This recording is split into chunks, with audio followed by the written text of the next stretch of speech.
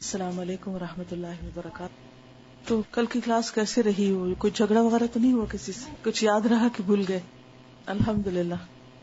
کوئی موقع ہی پیش نہیں آیا یا موقع آیا اور آپ نے کنٹرول کر لیا؟ آج ویسے حدیث میں اس کا جواب آئے گا، لیکن ویسے یہ کہ جب کوئی آپ کے ساتھ برہم ہو رہا تو اس وقت آپ کام ڈاؤن ہو جائیں. سب سے پہلے اپنے اوپر فوکس کریں، اپنے آپ کو کنٹرول کریں اور دھیمے ہو جائیں، آرام سے بات کریں اور اس طرح جواب نہ دیں جس طرح دوسرا ایکسپیکٹ کر رہا ہے تاکہ بات بڑھے. اور کوئی سچویشن شیئر کرے گا اپنی؟ وہ تو دوسرے کے پارٹ پر ہے نا.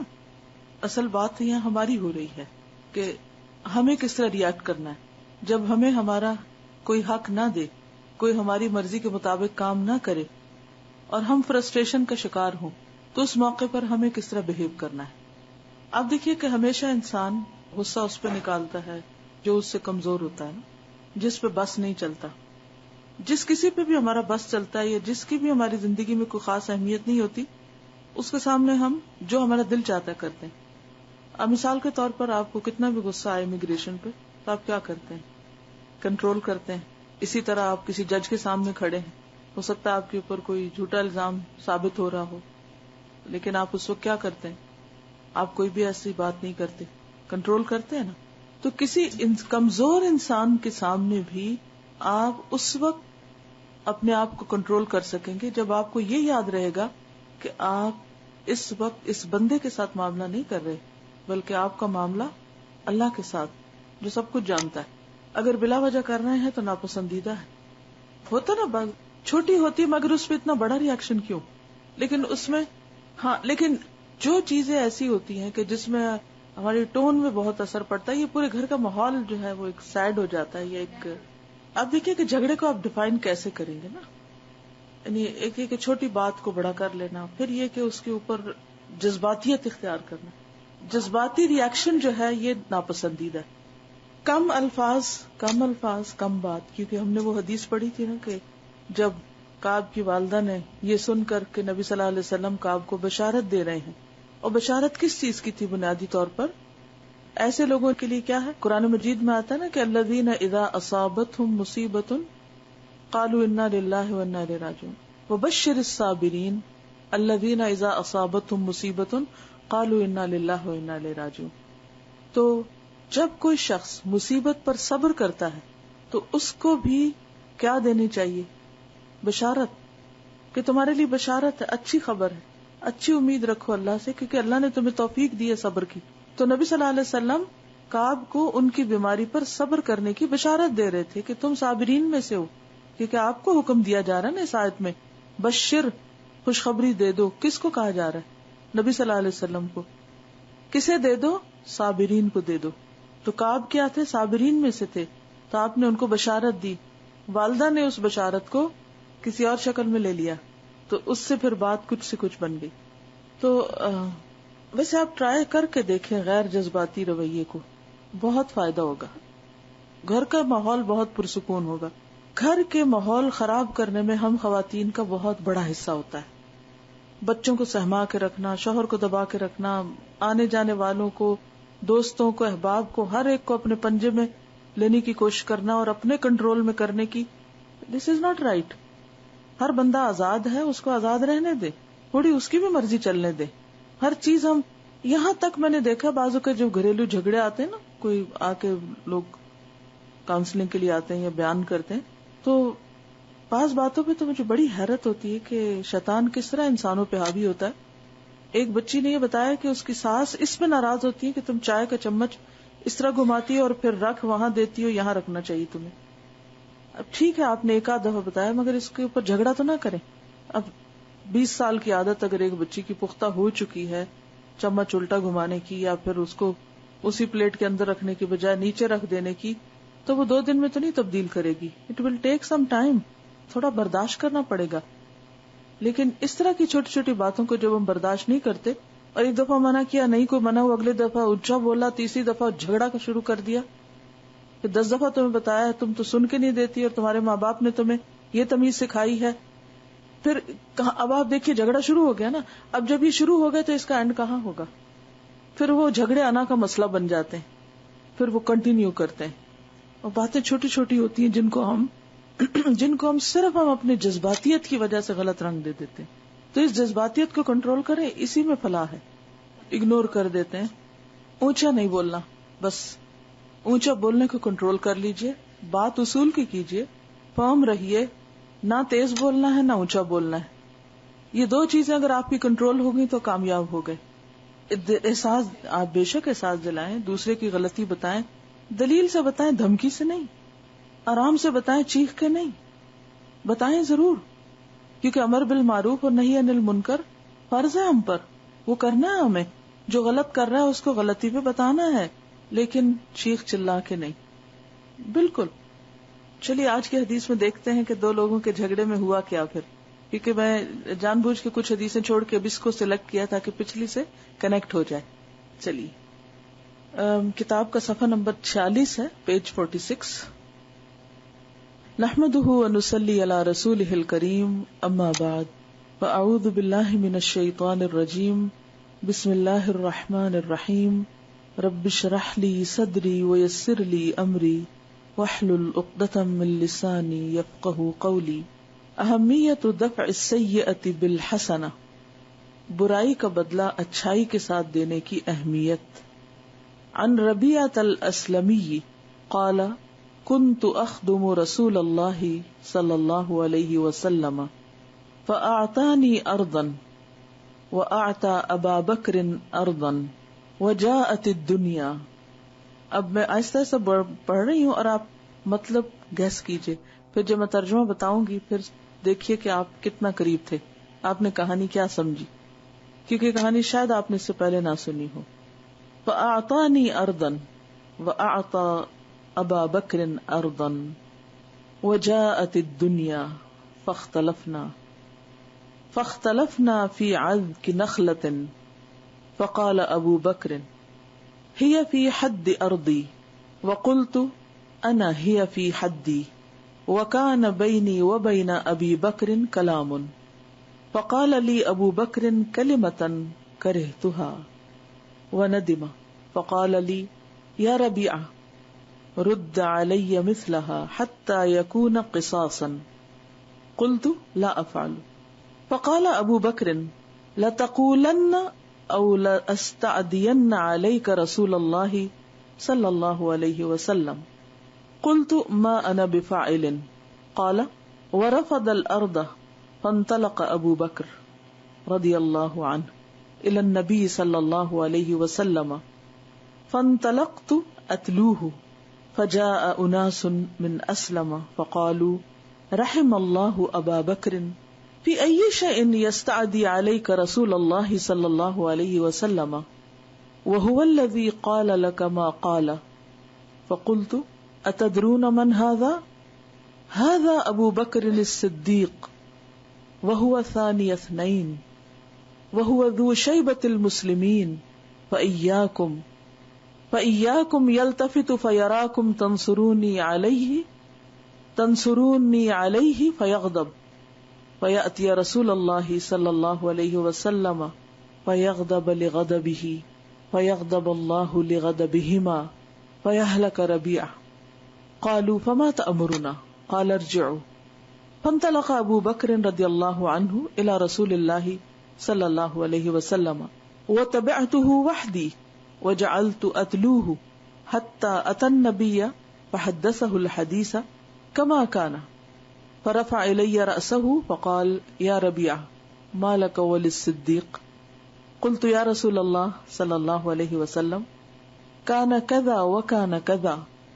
فقال لي كلمة كرهتها فقال لي قل كما قلت لك حتى يكون قصاصا.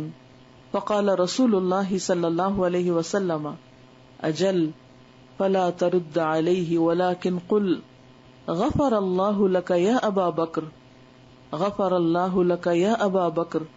قال فولى أبو بكر رحمه الله وهو يبكي. کچھ سمجھ آئی تھوڑی بہت ہی 50% لفظ لفظ لفظ ورڈز کی تو آ گئی ہوگی. چلیے کہانی بناتے ہیں. ربیعہ اسلمی سے مروی ہے, انہوں نے کہا میں رسول اللہ صلی اللہ علیہ وسلم کی خدمت کرتا تھا. ان کی ایک اور مشہور حدیث بھی ہے، یاد ہے آپ کو؟ آپ کے وضو کا پانی بھر کے رکھتے تھے اور پھر آپ نے ان سے پوچھا تھا کہ کچھ مانگو، یہ وہی ہے. تو انہوں نے کہا کہ میں جنت میں آپ کا ساتھ چاہتا ہوں. تو آپ نے فرمایا تھا کہ تم سجدوں کی کثرت سے میری مدد کرو. تو یہ وہی ربیہ اسلمی ہے، اسلم قبیلے سے ہیں.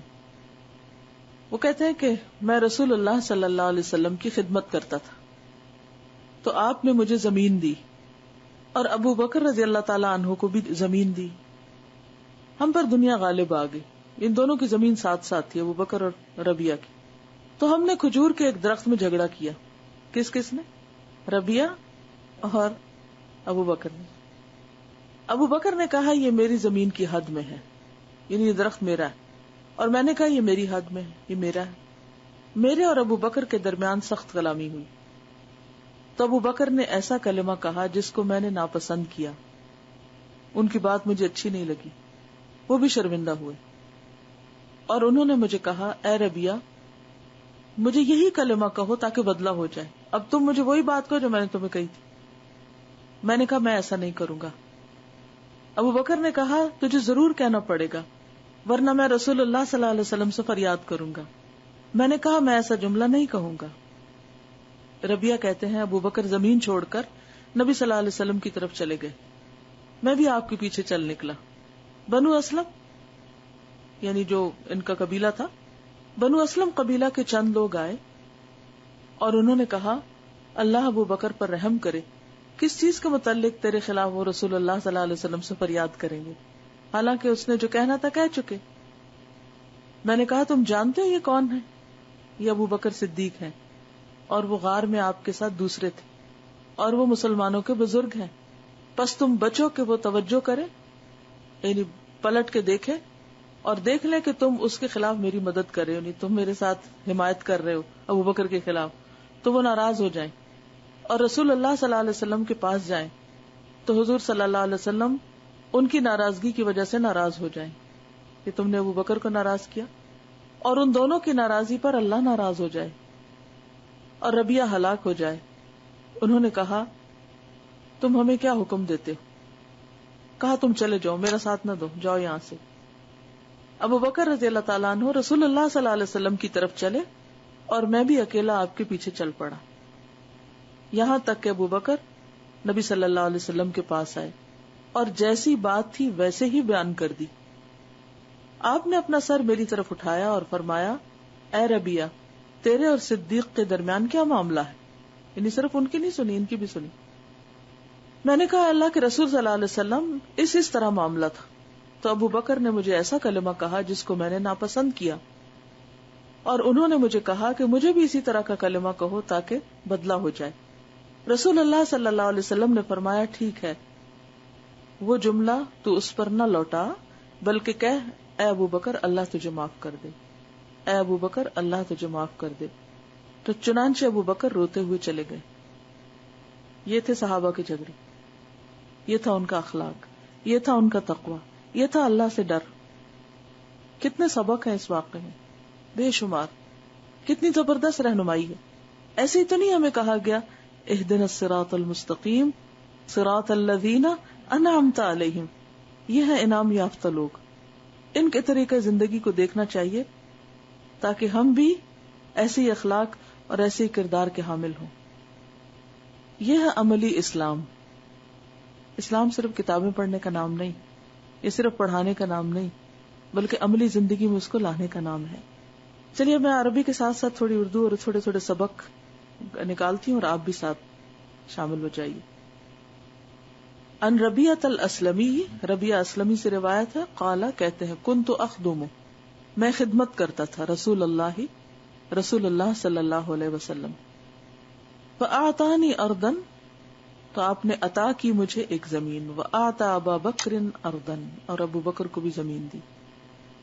اس میں آپ دیکھیے کہ نبی صلی اللہ علیہ وسلم کے پاس جب مال غنیمت آتے تھے یا کوئی علاقے فتح ہوتے تھے تو آپ ان کو صحابہ میں جو بھی اس میں شریک ہوتے تھے اس جنگ میں یا اس کام میں ان میں تقسیم کر دیتے تھے.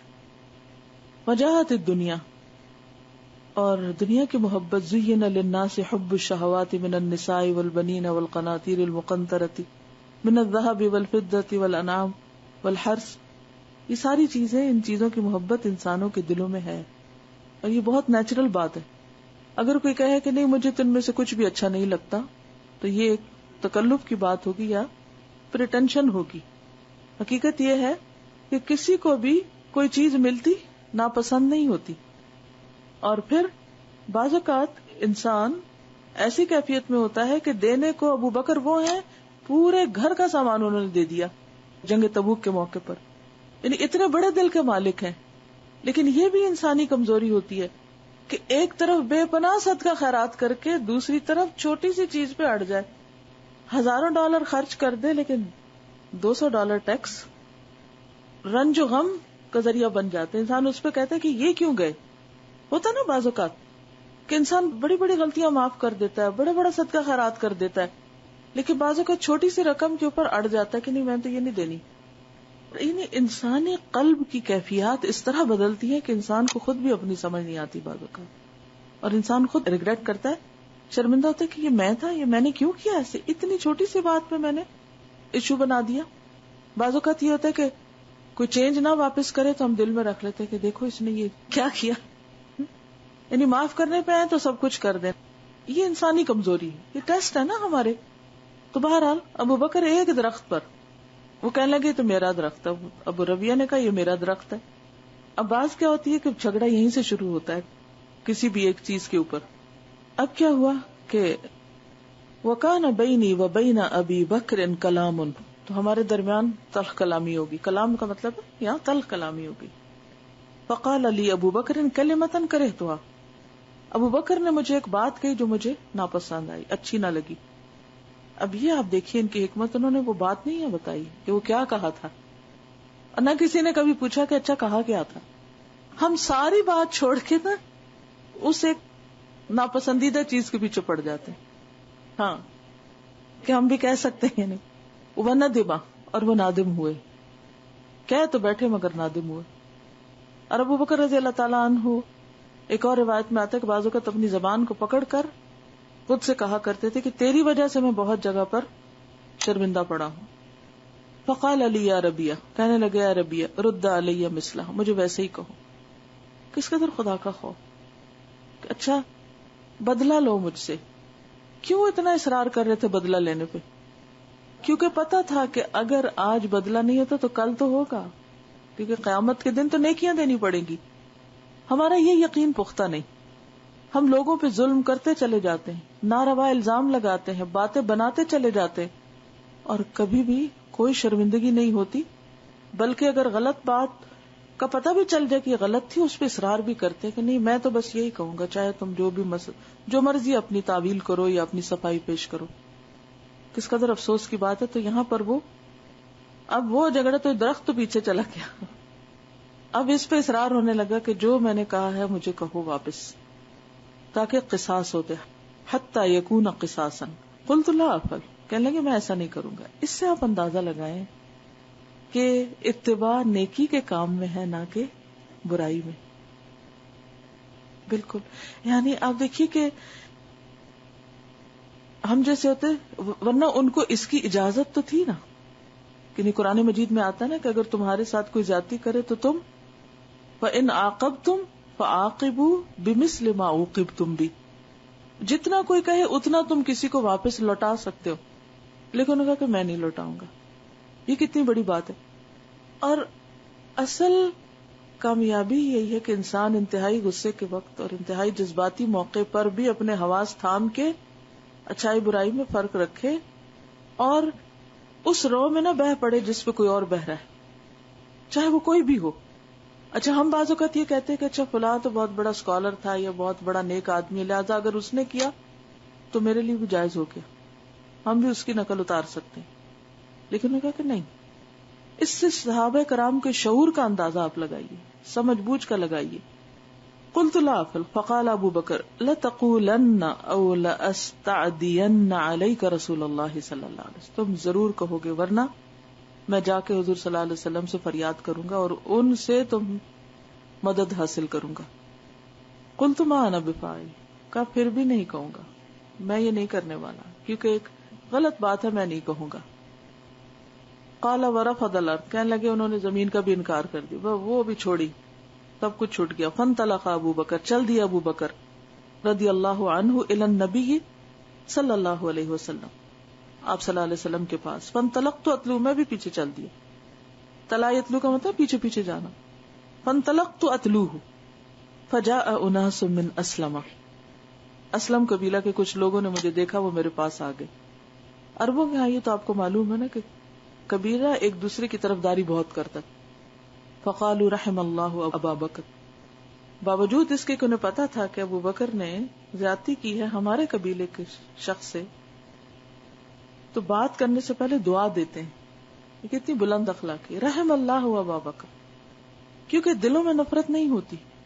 وقتی طور پر جو کانفلکٹس ہوتے ہیں اس میں انسان ایک دوسرے کے ساتھ سخت کلام ہو سکتا ہے، مگر اس کو یہاں تک ہی رہنا چاہیے، اندر نہیں جانا چاہیے.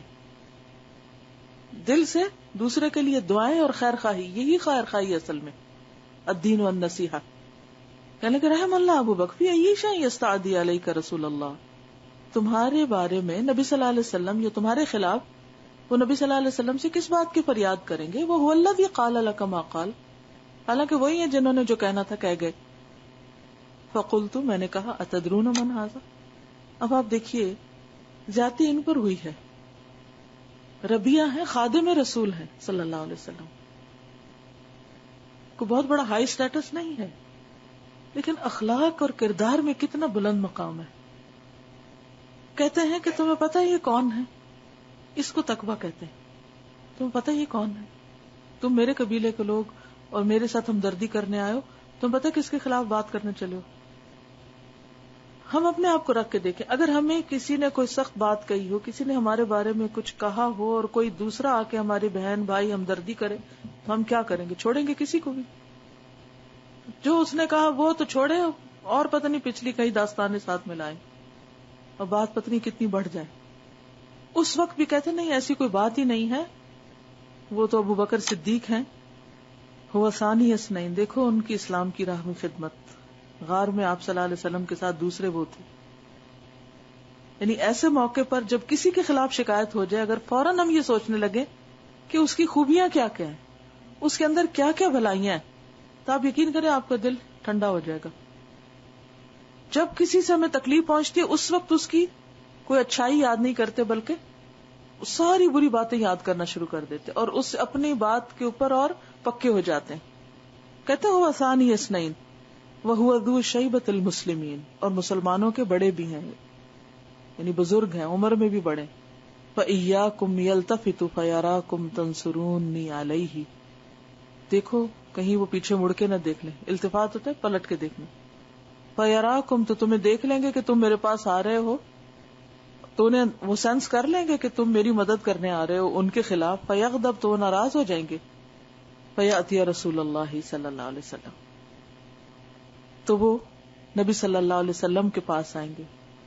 اور نبی صلی اللہ علیہ وسلم کو اگر یہ پتا چلا کہ میرے قبیلے نے اور میں نے مل کے ابو بکر کو تنگ کیا ہے، فیغضب لغضبہ، تو وہ ابو بکر کے ناراضگی پر وہ بھی ناراض ہو جائیں گے کیونکہ ان کے دوست بھی ہیں. فیغضب اللہ لغضبہم، اور اگر یہ دونوں ناراض ہو گئے تو اللہ بھی ناراض ہو جائے گا.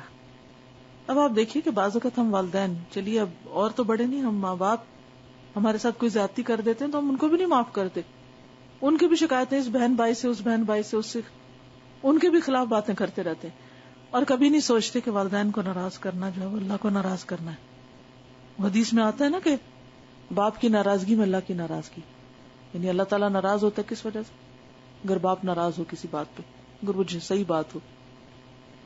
لیکن ہم اس موقع پر بھول جاتے ہیں، نہ بڑے کو دیکھتے نہ چھوٹے کو دیکھتے ہیں، نہ کسی علم والے کو، نہ کسی جاہل کو، نہ کسی بچے کو، نہ کسی بڑے کو. بس غصہ آنے کی دیر ہے، پھر تو سب کو برابر کر دیں گے. فَيَهْلَكَ رَبِيعَ، تو ربیہ تو ہلاک ہو جائے گا اگر اللہ ناراض ہو گیا. قَالُوا فَمَا تَأْمُرُونَ، اب آپ دیکھیے کہ سینٹرل فوکل پوائنٹ ایک ہی اور وہ ہے اللہ کا تقوی. قَالَ ارْجِعُوا، وہ کہنے لگے اچھا پھر تم مجھ سے کیا چاہتے ہو بتاؤ ہم کو. قَالَ ارْجِعُوا، جاؤ واپس چلے اپنے گھروں کو جاؤ. فَانْطَلَقَ ابو بکر رضی اللہ عنہ، تو ابو بکر جا رہے تھے الی رسول اللہ صلی اللہ علیہ وسلم. وَتَبِعْتُهُ وَحْدِي، تو میں اکیلا ہی آپ کے پیچھے چلا. یہ نہیں انہوں نے کیا کہ ساری فوج اکٹھی کر کے تو مقابلے پہ آ جائیں. بعض اوقات ایسا تھا، ایسے موقع پر ہمارے دوست احباب ساتھ مل جاتے، وہ کہتے اچھا تم سے بات نہیں ہوتی تو ہم تمہارے حصے کی بات کرتے ہیں. وجعلت اتلوہ، میں ان کے پیچھے پیچھے گیا، حتی اتى النبی صلی اللہ علیہ وسلم فحدثہ الحدیث، ابو بکر نے اپنی بات بتائی، کما کانا، جیسی وہ تھی. یہ بھی آپ دیکھیں کیسی گواہی دے رہے ہیں کہ ابو بکر نے بات کو بڑھایا نہیں، ایگزیجریٹ نہیں کیا، بس جیسی تھی ویسی ہی بتائی. فرفع الی رأسہ، تو نبی صلی اللہ علیہ وسلم نے میری طرف دیکھا، کیونکہ جج کے لیے یا کسی بھی فیصلہ کرنے والے کے لیے انتہائی لازم ہے کہ وہ یک طرفہ بات پر فیصلہ نہ کرے. عام طور پر ہم کیا کرتے، جب ہمیں کسی کی کوئی شکایت پہنچتی ہے تو یک طرفہ بات سن کے وہیں اسی کے ہاں میں ہاں ملا کے اسی کے حق میں فیصلہ دے دیتے، اور دوسرا شاید اس سے بھی زیادہ سچا ہو، اس کی طرف توجہ نہیں کرتے. چاہے کوئی بچہ ہو، چاہے کوئی رشتہ دار ہو، کوئی بھی ہو، ہمیشہ دو طرف کی بات سن کے پھر فیصلہ کرنا چاہیے. فرفع الی رأسہ فقال یا ربیہ ما لک وللصدیق، ربیہ یہ کیا ہوا تمہارے اور صدیق کے درمیان؟ قلت یا رسول اللہ، میں نے کہا ہے اللہ کے رسول صلی اللہ علیہ وسلم، کانا کذا و کانا کذا، ایسا اور ایسا ہوا. فقال لی کلمۃ کرہتها، انہوں نے مجھے ایک بات کہی جو مجھے اچھی نہیں لگی. فقال لی، تو یہ مجھے کہنے لگے، قل کما قلت لک حتی یکون قصاصا، کہ تم بھی کہو تاکہ بدلہ ہو جائے. فقال رسول اللہ صلی اللہ علیہ وسلم، اب یہاں آتا ہے نبی صلی اللہ علیہ وسلم کا رول، معلم، مربی، بہتر راہ دکھانے والے. اجل بالکل ٹھیک ہے ربیہ، تم نے بالکل ٹھیک کیا. فلا ترد علیہ، اس بات کو نہیں دہرانا، مت لوٹانا آپ پر. ولیکن قل، ہاں ایک اور بات کہہ دو، غفر اللہ لک یا ابا بکر، اللہ تم کو معاف کر دے ابو بکر. غفر اللہ لک یا ابا بکر، کہ تو نے میرا دل دکھایا ہے، اللہ تم کو معاف کر دے. کیا زبردست اخلاق ہے. اب اس سے کیا فائدہ کہ جو ہمارے ساتھ زیادتی کرے ان کو معاف کر دینا. وہ سورۃ شورى میں بھی آتا نا کہ وَإِذَا مَا غَضِبُوا، یاد آیت، وَإِذَا مَا غَضِبُوا هُمْ يَغْفِرُونَ، جب وہ غضبناک ہوتے ہیں تو معاف کر دیتے ہیں. وَإِذَا مَا غَضِبُوا هُمْ يَغْفِرُونَ، یہ اس کی عملی مثال ہے. تو تم اس کو دعا دے دو، تم دعا دے دو کہ اللہ ابو بکر کو معاف کر دے. ابو بکر کو بخشش کی ضرورت ہے، اللہ اس کو بخش دے. اس کے منہ سے ایک ایسا کلمہ نکلا ہے، کیسے دونوں کے درمیان ایک خوبصورت ماحول قائم کر دیا.